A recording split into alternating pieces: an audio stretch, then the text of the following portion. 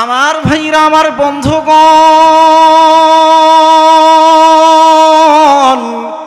মুসলমান বাবাজি,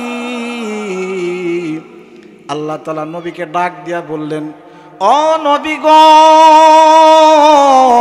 আপনি পৃথিবীর तमाम মানুষকে জানায়া দেন নিশ্চয় যারা মুমিন তারা জান্নাতের আলোচনা শোনার সঙ্গে সঙ্গে জাহান্নামের আলোচনা শোনার সঙ্গে সঙ্গে কোরআনের আলোচনা শোনার সঙ্গে সঙ্গে তাদের ঈমানের মধ্যে, অন্তরের মধ্যে কম্পন সৃষ্টি হয়ে যাবে। মারহাবা বলেন।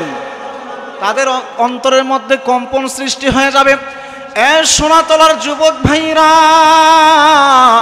মুসলমান বন্ধুরা রে, পর্দার আড়ালের মায়েরা গো, কেন নামাজ পড়বেন না, কেন রোজা করবেন না বাবা? যেই কোরআনের আলোচনা শোনার জন্য আজকে আমি আপনি এখানে একত্রিত হয়েছি। এই কোরআন কিন্তু দুনিয়ার জমিনে এসেছে অন্ধকার পথের মানুষগুলোকে আলোর পথ দেখানোর জন্য। কথা বলেন ঠিক কিনা? আল্লাহ রাব্বুল আলামিন বললেন, কোরআনকে তোমরা যদি প্রশ্ন করো, কোরআন তোমার নাম কোরআন আমরা কোথা থেকে জানবো? কোরআন সুন্দর করে জানায়া দেয় ২৭ নম্বর পারার মধ্যে সূরা ওয়াকিয়ার মধ্যে আমি আল্লাহ তাআলার কাছ থেকে একটা সার্টিফিকেট নিয়েছি। সেখানে আল্লাহ রাব্বুল আলামিন ডাক দিয়া বলেছেন, ইন্নাহু লাকুরআনুন কারীম।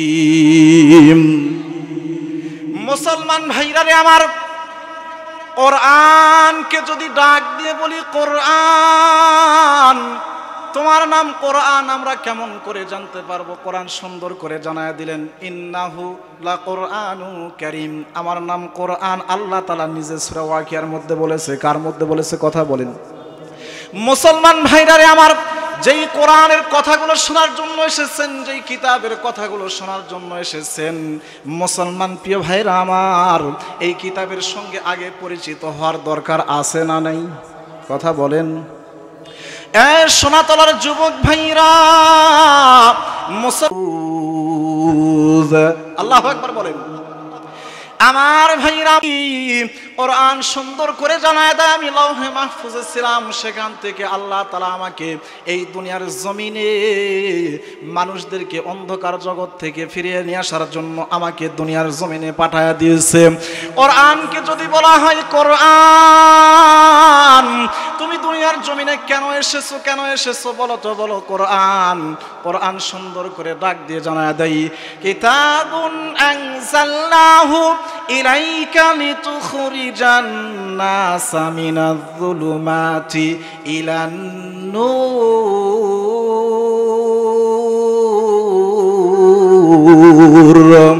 আল্লাহ রাব্বুল আলামিন ডাক দিয়ে বলেন, এই পৃথিবীর মানুষেরা,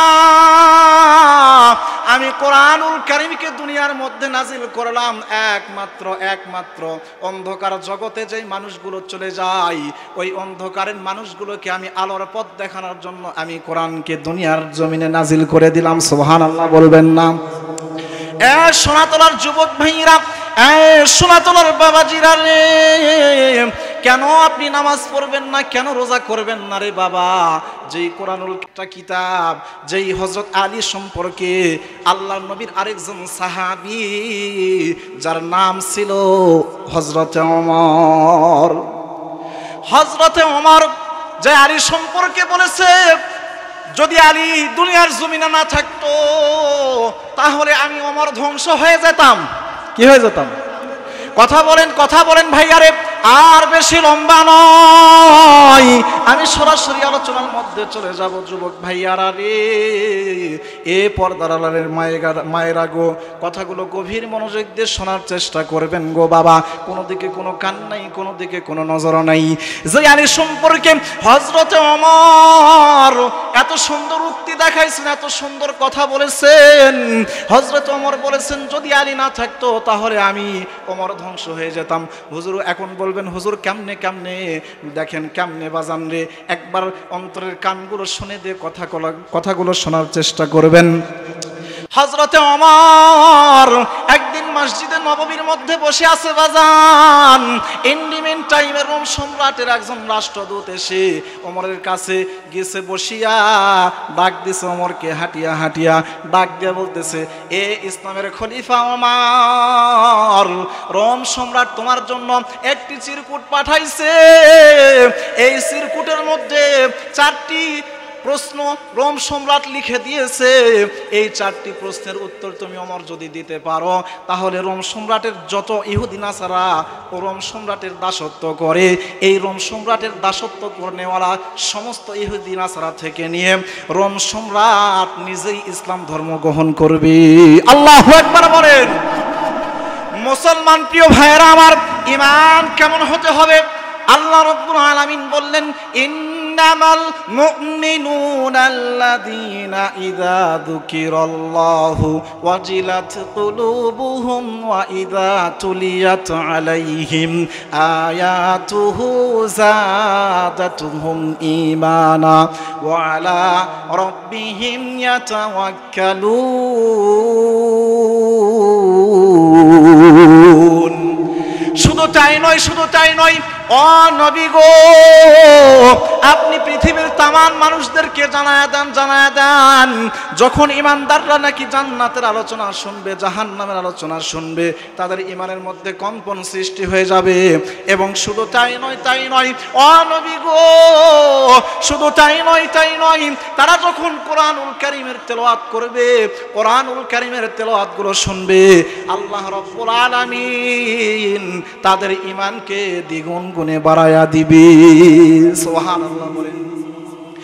এ সোনাতলার যুবক ভাইরা, মুসলমান বন্ধুরা রে, তাহলে যে ঈমান বলে হয়ে বলিয়ান শাসন করেছেন তামাম জাহান, যে ঈমান বলে হয়ে বলিয়ান ভয়ে কাঁপিত সারাটি জাহান। মারো সেই হুঙ্কার আরো আরেকবার, মারো সেই হুঙ্কার আরো আরেকবার, হাতে তুলে নাও আরো আরেকবার তলোয়ার। পাপ মুছে যাবে, পাপ চুরমার হয়ে যাবে দুনিয়া থেকে। কথা বলেন ঠিক কিনা? লিল্লাহে তাকবীর, নারায়ে তাকবীর। হলো না বাবা, আরো জোরে লিল্লাহে তাকবীর। মুসলমান ভাইরা, কি আলোচনা সুন্দর লাগে? আলোচনা চলবে, কথা বলেন। আরো একটু সময় যাবে, দেখেন যত সময় যাবে বাবা তত আলোচনা যেন মজে যাবে। কথা বলেন ঠিক কিনা? শুনতে রাজি আছেন তো নাকি?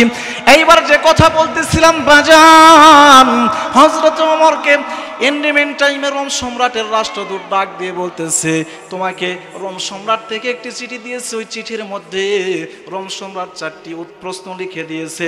এই 4টি প্রশ্নের উত্তর তুমি ওমর যদি দিতে পারো, তাহলে রোম সম্রাট সহকারে তার 70,000 যে ভক্ত আছে তারা সবাই ইসলাম ধর্ম গ্রহণ করবে। আল্লাহু আকবার বলেন। মুসলমান ভাইরা রে আমার, এ যুবক বন্ধু, এ সোনাতলার ভাইয়ারা রে, কেন নামাজ পড়বেন না, কেন রোজা করবেন না বাবা? এইবার ওমরকে ডাক দিয়ে বললেন, ওমর, 1 নাম্বার প্রশ্ন হচ্ছে, ওমর বলো তো বলো ওমর, যখন দুনিয়াতে কিয়ামত সংগঠিত হবে, মাহশারের ময়দান যখন কায়েম হয়ে যাবে, 4টা প্রশ্ন, কথাগুলো খেয়াল করে শুনবেন। কোনো দিকে কোনো কান নাই, কোনো দিকে কোনো নজর নাই রে বাবা। মুসলমান ভাইরা রে আমার, এইবার ওমরকে ডাক দিয়ে বলল, ওমর বলো তো বলো ওমর, যেই দিন কিয়ামত সংগঠিত হয়ে যাবে, ওই দিন কিয়ামত সংগঠিত হওয়ার সময়, মাহশারের ময়দান কায়েম হওয়ার সময়, দুনিয়ার পৃথিবীর সমস্ত মানুষেরা ওই দিন কোথায় অবতরণ করবে, কোথায় থাকবে? কয় নাম্বার প্রশ্ন? কথা বলেন। 1 নাম্বার প্রশ্ন, যেদিন কিয়ামত সংগঠিত হয়ে যাবে, ইযাস সামাউ ফাতারাত ওয়া ইযাল কাওয়াকিবু তাসারাত, যখন নাকি কিয়ামত সংগঠিত হয়ে যাবে বাজান রে, ওই সময় দুনিয়ার সমস্ত মাটিগুলো, জমিনগুলো তুলার মতো ওরা শুরু করে দিবে। সুবহানাল্লাহ বলে। তোলার মতো ওরা শুরু করে দিবে। যুবক ভাইরা রে আমার, মুসলমান বন্ধুগণ, ওই সময় আসমানগুলো তোলার মতো ওরা শুরু করে দিবে। ঠিক ওই সময় আল্লাহ রাব্বুল আলামিন হযরত ওমরকে ডাক দিয়ে বলতেছে, রোম সম্রাটের রাষ্ট্রদূত হযরত ওমরকে ডাক দিয়ে বলতেছে, ওমর তোমার কাছে আমার এক নাম্বার প্রশ্ন রে ওমর, বলো তো বলো, কিয়ামত যখন সংগঠিত হয়ে যাবে ওই সময় দুনিয়ার মানুষগুলা কোথায় অবস্থান করবে? কি করবে? কোথায়? ওমা আপনার কি কথা বোঝেন না নাকি? তো একটু হ্যাঁ হতো ধরা লাগবে বাবা, না হলে তো মনে হবে যে কবরের পাশে ওয়াজ করতেছি। কথা বলেন ঠিক কিনা? এই কোরআন সবার মধ্যে ঢোকে না, ঢোকে না, কথা বলেন ঠিক কিনা? একজন এলাকার একটা খাটো ছেলে, সেই খাটো ছেলেকে বিয়ে দিয়েছে আর একটা খাটো ছেলের সাথে কি করেছে? খাটো মেয়ের সাথে বিয়ে দিয়েছে। তো বিয়ে দেওয়ার পরে হঠাৎ করে একটু খেয়াল করে শোনেন, বিয়ে দেওয়ার পরে আগের সময় মাটির কলস ছিল, কলস ছিলেন তো আপনারা?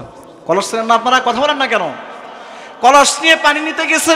পানি নিতে যাওয়ার পরে ওই মহিলা, খাটো মহিলা, বেটে মহিলা, তার শরীরের মধ্যে, তার গলার মধ্যে ছিল একটা বড় স্বর্ণের হার। কি ভাই? গলার মধ্যে স্বর্ণের হার ছিল। তো এই পানিটা যখন কলস দিয়ে পুকুর থেকে উঠাইতে যাবে, এমত অবস্থায় গলার হারটা কলসের কান্দার সঙ্গে লেগে কলসের মধ্যে ঢুকে গেছে। কি হয়েছে? কলসের মধ্যে ঢুকে গেছে। আমার বাজানরা রে, যুবক ভাইরা, যুবক বন্ধুগণ, কোনো দিকে কোনো কান নাই, কোনো দিকে কোনো নজর নাই রে বাবা। এইবার যখন কলসের মধ্যে, কান্দার মধ্যে, কলসের মধ্যে যখন স্বর্ণটা ঢুকে গেছে, খাটো মহিলা, বেটে মহিলা হাত দিতেছে, কিন্তু হাত তো তার ছোট। কথা বোঝেন না? হাত তার ছোট, কলসের নিচের যে তলা আছে, তলা পর্যন্ত হাত যায় না। কলস ভর্তি পানি নিয়ে গিয়ে তার শাশুড়িকে ডাক দিয়ে বলছে, শাশুড়ি আপনি আমাকে এটা কি কলস দিছেন যে কলসের তলাই নাই? কি নাই? যে কলসের তলাই নাই। বলে কেমনে বুঝলা? কয় আমার স্বর্ণের চেন কান্দার সঙ্গে লেগে কান্দার ভিতরে ঢুকে গেছে, তলা ফেটে বের হয়ে চলে গেছে, তলা নাই। এর কি নাই? তলা নাই। তো যার তলা নাই রে বাবা, যার ভিতরেই তলা নাই, যার ভিতরে অন্তর নাই, তার ভিতরে কিন্তু এই কোরআনুল কারীম কোশ্চিন কালেও ঢুকবে। কথা বলেন? ঢুকবে না। যদি ঢুকতো তাহলে আজ থেকে 1000 বছর আগে রামবাম মুরতাদরা এই কোরআনকে নিয়ে কত সিনেমিনি খেলে গেছে, এই কোরআনকে নিয়ে কত কটু কথা বলেছে। কিন্তু একবার চিন্তা করে দেখেন তো, কোরআন কিন্তু কোরআনের জায়গায় আছে।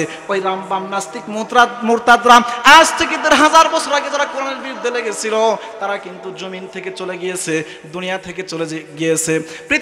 পৃথিবীর ইতিহাসে এখনো পর্যন্ত যারা এই কোরআনুল কারীমের সঙ্গে লাগবে, মুসলমান শুনিয়া নাও, ওই যে কাফের মুশরিক নাস্তিকরা যারা কোরআনের পিছনে লাগবে, ওই কোরআনের জায়গায় আছে, অতীতেও ছিল, বর্তমানেও আছে, ভবিষ্যতেও থাকবে। কিন্তু এই কোরআনের পিছনে লাগা মানুষগুলো দুনিয়াতে আছে। কথা বলেন? আছে। এ যুবক ভাইয়া, ও সোনাতলার যুবক, কথাগুলো গভীর মনোযোগ দিয়ে বুঝতে হবে বাবা। হযরত ওমরকে দ্বিতীয় প্রশ্ন করেছে রোম সম্রাট, ডাক দিয়ে বলতেছে, বলো বলো ওমর, তোমাকে 2 নাম্বার প্রশ্ন করলাম। আল্লাহ তাআলা যখন কিয়ামত সংগঠিত করবে, ওই কিয়ামত সংগঠিত হওয়ার পরে পুলসিরাতের রাস্তা, যেটা একেবারে হীরার মতো ধার, চুলের চাইতে চিকন, এই হীরার মতো ধার, চুলের মতো চিকন এই রাস্তা দিয়ে 30,000 বছর বয়স লাগবে একজন মানুষকে পাড়ি দিতে বাবা। এই 30,000 বছরের রাস্তা সর্বপ্রথম দুনিয়ার কোন মানুষগুলো পার হবে? লিল্লাহে তাকবীর। কোন মানুষগুলো? আলোচনা কি ভালো লাগে ভাই? ভালো লাগে? 4টা প্রশ্ন। 2 নাম্বার প্রশ্ন, ওমরকে ডাক দিয়ে বলছে, ওমর ওই দিন কোন দলগুলো আগে চলে যাবে? এটা আপনার কাছে দ্বিতীয় প্রশ্ন। খলিফাতুল মুসলিমিন হযরত ওমর। 3 নাম্বার প্রশ্ন হচ্ছে তোমার কাছে আমার, আল্লাহ যখন কিয়ামত কায়েম করে দিবে, মাহশারের ময়দান কায়েম হয়ে যাবে, ওই সময় দুনিয়ার মানুষদের জন্য, জান্নাতে যারা যাবে তাদের জন্য জান্নাতে একটা খাবারের ব্যবস্থা থাকবে কি থাকবে না? কথা বলেন। হযরত ওমরকে ডাক দিয়ে বলে, ওমর বলো তো, বলো ওমর, 3 নাম্বার প্রশ্ন তোমার কাছে আমি করলাম, ওই জান্নাতের মধ্যে সর্বপ্রথম জান্নাতি ব্যক্তিদেরকে কি খাবার খাওয়ানো হবে? কয় নাম্বার প্রশ্ন গেল ভাই? 3 নাম্বার প্রশ্ন চলে গেল। হযরত ওমরকে রোম সম্রাটের রাষ্ট্রদূত ডাক দিয়ে বলতেছে, ওমর তোমার কাছে আমার 4 নাম্বার প্রশ্ন। ওমর 4 নাম্বার প্রশ্ন, বলো তো বলো। ওই জান্নাতীদেরকে যে খাবার দান করবে, খাবার দান করার পরে পানিও তাকে পান করানো হবে, এই পানিটার নাম কি? কথা বলেন, পানিটার? সোনাতলার যুবক ভাইরা, মুসলমান বন্ধুগণ, মুসলমান ভাইয়ারা রে, কেন নামাজ পড়বেন না, কেন রোজা করবেন না? ওমরকে যখন এই 4টা প্রশ্ন করেছে বাজান, ওমরের চোখ দিয়ে পানি পড়ে যায়। একবার আকাশের দিকে তাকায়, একবার জমিনের দিকে তাকাই, আর ডাক দিয়া আল্লাহর কাছে বলতে থাকে, ও আল্লাহ গো, এই 4টা প্রশ্নের উত্তরটা আমি ওমর জানি না। এই 4টা প্রশ্নের উত্তর তো আমি জানি না। গায়বী আওয়াজ থেকে একটা আওয়াজ এসে ডাক দিয়ে বলে, ওমর রে, তুমি ভয় কেন করো? তুমি চলে যাও তোমার বন্ধু আলীর কাছে। আল্লাহু আকবার বলেন। মুসলমান ভাইরা রে আমার, হযরতে ওমর হাঁটি হাঁটি পা করে রোম সম্রাটের রাষ্ট্রদূতকে নিয়ে আলীর কাছে গিয়েছে। এই 4টা প্রশ্ন এখানে রাখলাম, যদি মনে চাই ইনশাআল্লাহ, যদি সময় পাই 4টা প্রশ্নের উত্তর দিয়ে যাব। শুনবেন তো আপনারা? মুসলমান ভাইরা রে আমার, যুবক বন্ধু, এই কোরআনুল কারীমের তেলাওয়াত যদি কেউ শুনে, যুবক ভাইরা আমার, মুসলমান বন্ধুগণ, কথাগুলো গভীর মনোযোগ দিয়ে বোঝার চেষ্টা করবেন। হযরতে আলী এই আয়াতের তাফসীর করতে গিয়ে বললেন, নাযালাত আলাইহিমুস সাকিনাহ, আল্লাহ রাব্বুল আলামিন যারা নাকি দুনিয়ার মধ্যে কোরআনুল কারীমের তেলাওয়াত শুনবে, দুনিয়ার মধ্যে কোরআনুল কারীমের কথাগুলো শুনবে, আলোচনাগুলো শুনবে, আল্লাহ রাব্বুল আলামিন ওই বান্দাদেরকে 3টা গুণে গুণান্বিত করবে। সুবহানাল্লাহ বলেন। যুবক বন্ধু, মুসলমান ভাইরা, মুসলমান বন্ধুগণ, কোনো দিকে কোনো কান নাই, কোনো দিকে কোনো নজর নাই বাবা। হযরতে আলী ডাক দিয়া বলে, 1 নাম্বার গুণ, আল্লাহ রাব্বুল আলামিন তাদের জীবনের সমস্ত যত সগীরা গুনাহগুলো আছে, যেই বান্দাগুলো কোরআনের কথা শোনে, যেই বান্দাগুলো কোরআনের আয়াতের তাফসীর শোনে, আলোচনা শোনে, কোরআনুল কারীমের তেলাওয়াত শুনে, আল্লাহ রাব্বুল আলামিন তার জীবনের সমস্ত সগীরা গুনাহগুলো মাফ করে দেয়। সুবহানাল্লাহ বলবেন না? এত আস্তে কেন ভাই? সোনাতলার মানুষ কি আপনারা কি রাগ করে আসছেন নাকি বাড়ি থেকে? না বাড়িতে আমার যে মা ও চাচিরা আছে আপনাদেরকে সুবহানাল্লাহ বলতে নিষেধ করছে নাকি? কথা বলেন। আমার বন্ধুরা, মুসলমান ভাইরা রে আমার, যুবক বন্ধু, মুসলমান বাবাজি, আলী রাদিয়াল্লাহু তাআলা আনহু বললেন, 2 নাম্বার গুণ, আল্লাহ রাব্বুল আলামিন তাদেরকে 2 নাম্বার গুণে গুণান্বিত করবে। যারা কোরআনুল কারীমের কথা শুনবে, যারা কোরআনের আলোচনা শুনবে, আল্লাহ রাব্বুল আলামিন তাদের অন্তরটাকে পবিত্র করে দিবে। সুবহানাল্লাহ বলেন। মুসলমান বন্ধুরা আমার, হযরতে আলী ডাক দিয়া বলে, পৃথিবীর মানুষেরা শুনিয়া নাও, এই কোরআনুল কারীমের তেলাওয়াত যারা শুনবে, কোরআনের তাফসীর যারা শুনবে, কোরআনের আলোচনা যারা শুনবে, আর এই কোরআনের সঙ্গে যারা সম্পর্ক রাখবে, আল্লাহ রাব্বুল আলামিন তাদের জন্য জান্নাতে 1টি করে ঘর বরাদ্দ করে রাখবে। আমাদেরকে কি করতে হবে? এই কোরআনুল কারীমের তাফসীরগুলো ভালো করে শুনতে হবে কি হবে না? কথা বলেন। মুসলমান বন্ধু, দুনিয়ার জমিনে পৃথিবীতে 3টা জিনিস এমন আছে রে ভাই, যেই 3টা জিনিসের দিকে যদি মুসলমান নেক নজর দিয়ে একবার তাকাই, নেক নজর যতক্ষণ তাকায় থাকবে, আমার আল্লাহ রাব্বুল আলামিন ততক্ষণ পর্যন্ত ওই বান্দার উপরে রহমত বর্ষণ করতে থাকবে। আল্লাহু আকবার বলেন। 1 নাম্বার, দুনিয়ার জমিনে একটা ঘর আছে, যে ঘরের নাম খানায় কাবা। এই খানায় কাবার দিকে যদি বান্দা একবার নেক নজর দিয়া তাকায় থাকে, আল্লাহ রাব্বুল আলামিন তার ওই নেক নজরের বরকতে যতক্ষণ পর্যন্ত খানায় কাবার দিকে তাকায় থাকে, আল্লাহ রাব্বুল আলামিন তার উপরে রহমত বর্ষণ করতে থাকে। সুবহানাল্লাহ বলেন। 2 নাম্বার, যুবক ভাইরা, যুবক বন্ধুরা রে, কথাগুলো ভালো করে বুঝবেন। 2 দুই নাম্বার হচ্ছে দুনিয়ার মধ্যে যার মা আছে বাবা আছে, এই মা বাবার দিকে যদি সন্তান একবার নেক নজর দিয়া তাকাই, বন্ধুরে কার যেন ওই ময়দানের মধ্যে মা নাই, কথা বলেন ঠিক কিনা? কার যেন বাবা এই দুনিয়া থেকে চলে গেছে, সন্তান রে তুমি কোন মায়ের সঙ্গে বেয়াদবি করো, কোন বাবার সঙ্গে বেয়াদবি করো। মায়ের দিকে যদি একবার সন্তান রহমতের দৃষ্টিতে নেক দৃষ্টিতে তাকায়া থাকে, আমার আল্লাহ রব্বুল আলামিন তার উপরে রহমত বর্ষণ করতে থাকে। সুবহানাল্লাহ বলেন। এইবার আমি রাগ দিয়া বলেন, এই ওমর, যেই 4টি প্রশ্ন তুমি নিয়ে আসছো এই 4টি প্রশ্নের উত্তর আমি জানি। সুবহানাল্লাহ বলেন। তুমি রোম সম্রাটকে প্রস্তুতি নিতে বলো, রোম সম্রাটকে ইসলাম ধর্ম গ্রহণ করার জন্য প্রস্তুতি নিতে বলো। হযরত আলী ডাক দেয়া বলে, আমি হযরত ওমর তুমি যে 4টি প্রশ্ন নিয়ে আসছো এই 4টি প্রশ্নের 1 নাম্বার উত্তর হচ্ছে, যখন দুনিয়ার জমিনে কিয়ামত সংগঠিত হয়ে যাবে, দুনিয়ার জমিনে যখন কিয়ামত সংগঠিত হয়ে যাবে, মাহশারের ময়দান যখন কায়েম হয়ে যাবে, আল্লাহ রাব্বুল আলামিন ওই যে পুলসিরাতের নিচে একটা ব্রিজ আছে, ওই ব্রিজের নিচে দুনিয়ার পৃথিবীর সমস্ত মানুষকে সেখানে জমায়েত করবে। সুবহানাল্লাহ বলেন। মুসলমান ভাইরা রে আমার, সোনাতলার বন্ধুরা, যুবক বন্ধুগণ, মুসলমান বাবাজিরা,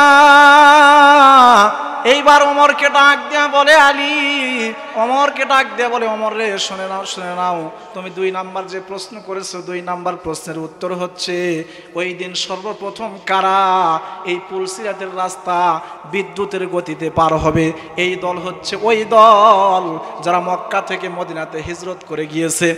এ যুবক বন্ধু, তার সন্তান পরিবার পরিজনকে বাড়িতে রেখে চলে গিয়েছে, তার সন্তানকে রেখে গিয়েছে, মা বাবাকে রেখে গিয়েছে, একমাত্র তাওয়াক্কুল করেছে কার প্রতি? কথা বলেন। আল্লাহর প্রতি তাওয়াক্কুল করে তার পরিবারকে, তার পরিজনকে, তার আত্মীয় স্বজনকে বাড়িতে রেখে চলে গেছে। রেখে যাওয়ার পরে যে মুহাজিররা মদিনাতে হিজরত করে গিয়েছে, যাওয়ার পরে যে আনসার সাহাবীরা তাদেরকে সাহায্য করেছে, এই মুহাজিররা পুলসিরাতের রাস্তা দিয়ে সর্বপ্রথম রাস্তা পাড়ি দেওয়ার জন্য প্রস্তুতি নেবে, আর পিছনে আনসার সাহাবীরা হরকতে হরকত দিয়ে নকল করে করে তারাও সঙ্গে সঙ্গে চলে যাবে। আল্লাহু আকবার বলেন। যুবক ভাইরা রে আমার, মুসলমান বন্ধু, মুসলমান বাবারা রে, মুসলমান বন্ধুগণ, তাহলে এই কোরআনুল কারীমের সঙ্গে যারাই স্পর্শ করেছে, যারাই অন্তর লাগাইছে, তারাই কি হয়ে গেছে? বড় বড় বড় ঈমানওয়ালা হয়ে গেছে, বড় রত্ন হয়ে গেছে। কথা বলেন ঠিক কিনা?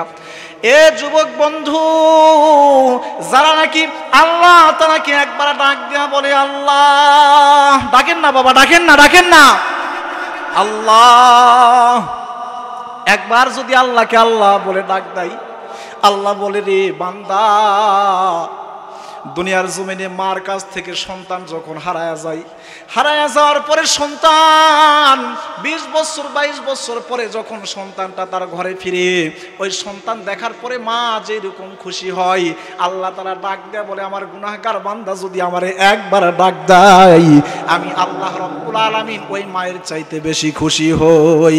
লিল্লাহি তাকবীর, নারে তাকবীর। এ যুবক বন্ধুরা, যে নাকি আল্লাহর হয়ে যায়, আল্লাহ তাআলা তার হয়ে যায়। বলবেন হুজুর কেমনে কেমনে? আল্লাহর একজন ওলি ছিল, নাম ছিল হযরত ইব্রাহিম বিন আদহাম। ইব্রাহিম বিন আদহাম রহমতুল্লাহি আলাইহি একদিন মনে মনে চিন্তা করেছে, ঘি ভাজা দিয়ে রুটি ভাজা খাবে, পরোটা ভাজা খাবে। তো ঘি ভাজার কথা বলে বিবিকে বলছে, বিবি রে, আজকে আমি ঘি ভাজা দিয়ে পরোটা খাবো, তুমি একটু ঘি সুন্দর করে আমার জন্য বানায়া দাও। বানায়া দেওয়ার পরে ঘির মধ্যে কেবল পরোটা 1 লোকমা ডুবাইছে, ডুবানোর পরে রুটিটা মুখের মধ্যে দিবে, সঙ্গে সঙ্গে রুটিটা একটা কাক এসে ছো মেরে নিয়ে চলে গেছে। এই বাবা, এই বসো। রুটিটা কাকে ছো মেরে নিয়ে চলে গেছে। যাওয়ার পরে ইব্রাহিম বিন আদহাম ডাক দিয়ে বলে, কাকরে, তুই আমার রুটি নিয়ে চলে গেছিস, আজকে তো তোকে আমি ছাড়বো না, ছাড়বো না। পিছনে পিছনে বন্দুক নিয়ে দাওয়া করেছে। দাওয়া করতে করতে এক সময় পাহাড়ের পাদদেশে চলে গেছে। যাওয়ার পরে দেখতেছে একজন যুবকের হাত পা বাঁধা অবস্থায়, যুবকটা মাটির সঙ্গে পড়ে আছে, পাহাড়ের পাদদেশে পড়ে আছে। এই কাকটাকে, এই পাদদেশের যুবকটাকে, পড়ে থাকা যুবকটাকে উঠায় উঠায় খাওয়াচ্ছে। সুবহানাল্লাহ বলেন। এইবার ইব্রাহিম বিন আদহাম আদহাম ডাক দিয়ে বলে, যুবকের কাছে গিয়ে বলতেছে, যুবক তোমার পা কেন বাঁধা, হাত কেন বাঁধা, তোমার কি হয়েছে, এমন কি হয়েছে? যুবক ডাক দিয়ে বলতেছে, ও হুজুর কি বলবো গো হুজুর, দুঃখের কথা। আজ থেকে 1 সপ্তাহ আগে আমি ব্যবসায়ের জন্য তেজারতের মালপত্র নিয়ে আমি ব্যবসার জন্য যাইতেছিলাম। হঠাৎ করে রাস্তার মধ্যে আমাকে একদল ডাকাত ঘেরাও করে ফেললো। আমার কাছে যত মালপত্র ছিল সমস্ত মালপত্রগুলো আমার কাছ থেকে কেড়ে নিল। ও হুজুর কি বলবো, দুঃখের কথা গো হুজুর, সমস্ত মালপত্র কেড়ে নিল। এখানে কেড়ে নেওয়ার একটা কারণ হচ্ছে আমি আল্লাহ তাআলাকে বিশ্বাস করি নাই, কোনো সময় নামাজে যাই নাই। নাউজুবিল্লাহ বলবেন না? কোনো সময় নামাজে যাই নাই, কোনো সময় নামাজ পড়ি নাই, আল্লাহ তাআলাকে বিশ্বাস করি নাই। ও হুজুর আমার মালপত্র কেড়ে নিয়ে আমাকে মেরে ফেলার কথা বললো। একজন ডাকাত ডাক দিয়া বলে, না না না, ওরে মেরে ফেলার কোনো প্রয়োজন নাই, প্রয়োজন নাই, ওরে রাস্তাতে বেঁধে এই পাহাড়ের পাদদেশে ফেলে রেখে দাও, ওরে কেউ দেখতেও আসবে না, নিজে নিজে এখানে মারা যাবে। কথা বলেন ঠিক কিনা? যুবক বন্ধু, এইবার ইব্রাহিম বিন আদহামকে ডাক দিয়ে বলতেছে, হুজুর আজকে 1 সপ্তাহ পরে আমি আল্লাহ তাআলাকে একবার ডাক দিছি গো হুজুর। আল্লাহু আকবার বলেন। একবার ডাক দিছি গো হুজুর। ডাক দেওয়ার সঙ্গে সঙ্গে আমার আল্লাহর কাছে আমি একবার বলেছি, আল্লাহরে আজকে 1 সপ্তাহ হয়ে যায় আমি কোনো খাবার খাই নাই, আমার মুখে একটা ফোঁটা পানিও আমার মুখে পড়ে নাই। এইটা যখন আমি একবার বলেছি গো হুজুর, সঙ্গে সঙ্গে কোথা থেকে যেন আল্লাহর কারিশমা, এই কাকটা এসে আমাকে পরোটা খাওয়ায়া দিচ্ছে। সুবহানাল্লাহ বলেন। ইব্রাহিম বিন আদহামকে ডাক দিয়ে বলতেছে, ও হুজুর আজকে 1 সপ্তাহ পরে আমি আমার আল্লাহকে ডাক দিয়েছি, যদি আমার আল্লাহ তাআলা আমাকে 1 সপ্তাহ পরে ডাকার জন্য আমার জন্য খাবারের ব্যবস্থা করে, তাহলে আমার জীবনে আমি যদি প্রতিনিয়ত আমার আল্লাহ তাআলাকে ডাক দেই, তাহলে আমার আল্লাহ তাআলা আমার জন্য কি না করতে পারে। কথা বলেন ঠিক কিনা? কথা বলেন মুসলমান প্রিয় ভাইরা আমার। তো আমি আপনাদের কাছে ছোট মানুষ দোয়া চাই, যদি আলোচনা সুন্দর লাগে কোনো সময় যদি আবারও আসি ইনশাআল্লাহ কোরআনুল কারীম এবং হাদিস থেকে কথা বলবো, আপনারা নিয়ে আসার চেষ্টা করবেন তো ইনশাআল্লাহ, নাকি বলেন? না বলবেন যে নগর মানুষ এসে খাইয়া চলে গেছে বারে, আর নিয়ে আসা যাবে না, নাকি বলেন? হ্যাঁ, যাই হোক আল্লাহ তাআলা আপনারা আমাদের জন্য, আমার জন্য দোয়া করবেন। বিশেষ করে এই মাদ্রাসার যে মহতামি সাহেব আছে, আমার মহব্বতের মানুষ আরিফ ভাই, খুব ভালো মানুষ, আপনারা সকলেই আমি শুনছি এলাকার সবাই তাকে মহব্বত করে রাখছেন। এরকম করে যদি আলেম ওলামাদেরকে আপনারা মহব্বত করে রাখেন, পশ্চিম কালেও স্বৈর শাসকরা এসে এই আলেমদের সঙ্গে লেগে পারবে না। কথা বলেন ঠিক কিনা? মুসলমান প্রিয় ভাইয়েরা আমার, আল্লাহ তাআলা আমাদের সকলকে কবুল করুন, সকলে বলুন আমিন। ওয়া আখিরু দাওয়ানা আলহামদুলিল্লাহি রাব্বিল আলামিন। আসসালামু আলাইকুম ওয়া রাহমাতুল্লাহ।